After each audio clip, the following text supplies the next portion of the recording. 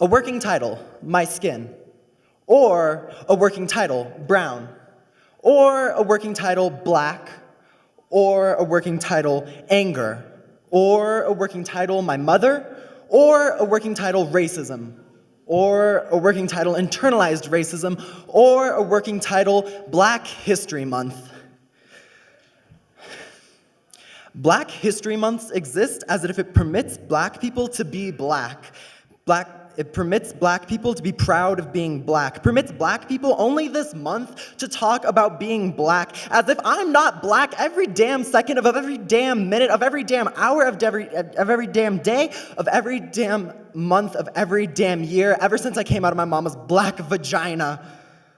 People try to tell me I am not black. I'm too light, my nose Anglo, my hair ain't curly enough, my lips too small. I'm sorry I don't fit your stereotype of a black person. I didn't grow up with Afro-Caribbean culture. No, that part is true, but I still grew up with Black American culture. I was outcasted from white culture because I was too wild, too foreign, too exotic. I grew up in a pretty white neighborhood, in a white school with a pretty white Americanized family. White culture did not adopt me. As I was forcibly removed from my culture, white culture did not take me in, as I was the child too dark for love.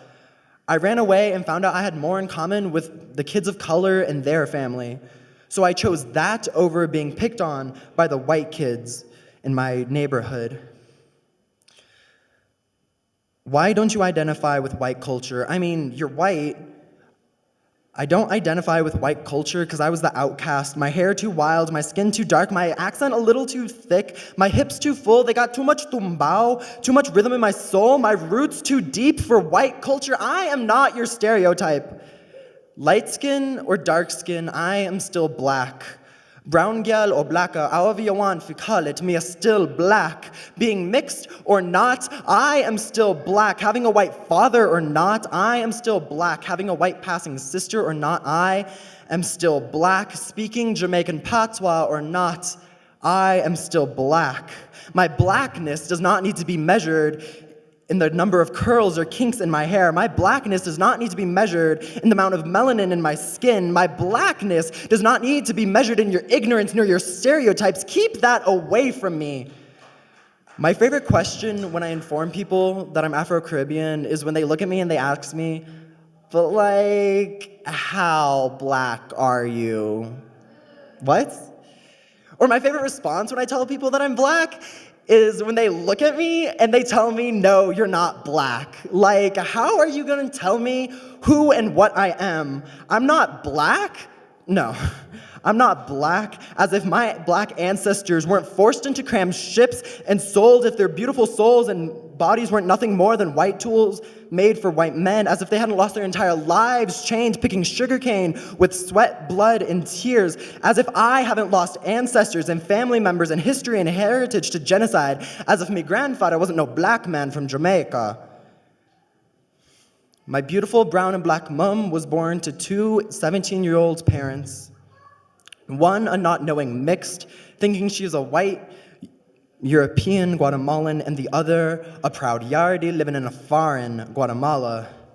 After this miracle of a birth, my racist abuela left me grandfather for a white, Americanized, European Guatemalan man. From ages 1 to 4, my mother only saw her black father every so frequently, and it wasn't until mi abuela brought her to America that she lost contact with her ancestors. I mean heritage, I mean history, I mean blackness, I mean father. Because racism is still alive today. My mother, her beauty, the way her melanin pops in the sun's rays as if being kissed from Jah himself, the way her hair curls and her kinks refuse to be tamed, the way she dances marimba, as if taught by Brother Anansi himself. She grew up without this knowledge, her knowledge. Her tenacity comes from a lineage of slaves and oppressed people, but just like them, she doesn't give up. My mother grew up thinking she was white. I grew up thinking I was white. What? But it didn't take long for my classmates and my peers to point out my skin wasn't the same as theirs. I was too brown, too foreign, too exotic for the white kids, but I was too white for the kids of color. I grew up confused and lonely with nothing but my everlasting questions and internalized fights with my race and heritage and skin color, not knowing myself, not knowing how to feel, not knowing how to identify. I remember at school before tests, they would give us little slips of paper and it would ask my race, and I would panic because I didn't know how to answer that question. I never knew how to answer that question, no matter how hard I studied. I would receive tests back a week later with 100% circled and red, bold A pluses, but I never felt that 100ness, that wholeness, that completeness, that knowledge. I still didn't know who I was, where I came from, not knowing myself. That was until I met my sister. Yeah, my sister. It was the second week of grade 3, and I met her sitting on a bus listening to music. We've known each other for 8 years now. She's my sister, she's my twin, she's the reason I'm still here today. She's the reason I was able to comfort myself and calm the raging race war inside of me.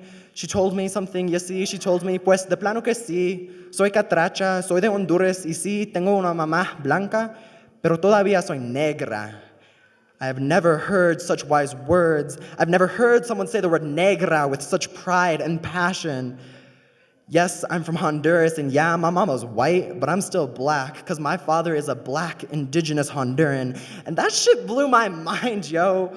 The way she spoke, the wisdom she held at only the age of 10, it comforted me. You see, I grew up hearing things like white and black, but never black, but maybe brown, no, never brown, only white, or ay, mira esa negra, or white men are the best, no question about it. Men of color are unintelligent, lazy, can't be faithful, can't be trusted. Oh, Kenta, don't play out in the sun too long, you're already dark enough. Or, oh, Kenta, why aren't you paler like your sister? She has natural red hair, oh, so European. She has freckles, oh, so European. She has such pale skin, oh, so beautiful. And what do you got? Skin the color of mud? Or my personal favorite phrase, mejorando la raza. As if mi raza isn't bomb as fuck, because I'm mixed and fuck, because I am proud. Thank you. We can